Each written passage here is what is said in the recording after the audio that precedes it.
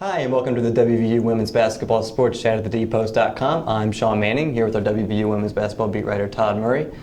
Todd, the women's team had a tough loss in their last game in Waco against Baylor, but they still couldn't seem to close the deal at the end despite competing with them. What happened in that game against the Bears? Well, I think Mike Carey put it best that they just simply didn't make plays down the stretch. But just if you have to take a positive, they're playing against the number 6 ranked team in the country. In that same building a year ago, they were absolutely embarrassed. I think they lost 79-51 and really weren't competitive at all.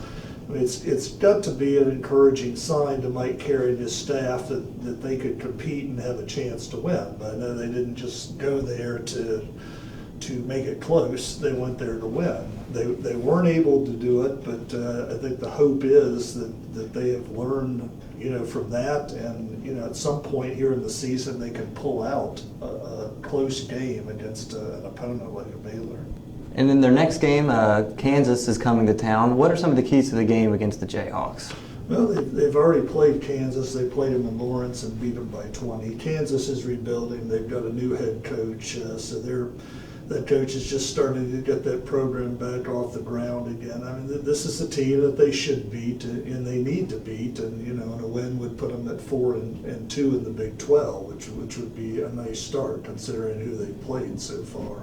They just need to continue, doing what they've been doing. Getting the balance, scoring, playing the defense that Mike Carey likes, and putting pressure on teams. Denise Martin has kind of emerged as a freshman as an important part of this team. What is her role, and how does she factor into this team right now?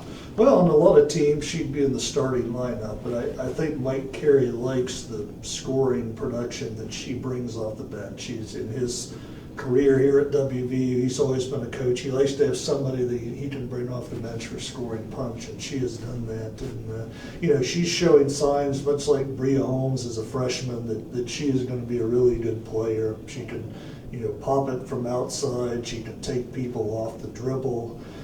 Plays the pretty good defense that Carey likes. I mean, she's certainly someone to keep an eye on. She was the Big 12 Freshman of the Week last week, and it's hard, not to see her just continuing to get better as we go along here. Speaking of Coach Carey, he's coming up on a pretty big milestone, isn't he? 600 wins. Yeah, not a lot of coaches, stay around, can last that long. Of course, that's combining his wins when he was the men's coach at Division II Salem and the wins with WVU.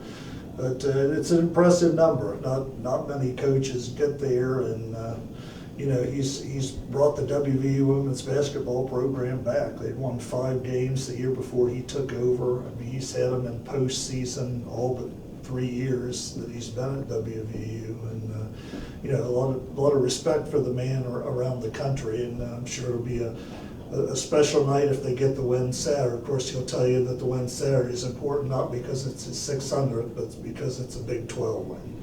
All right. Thank you, Todd.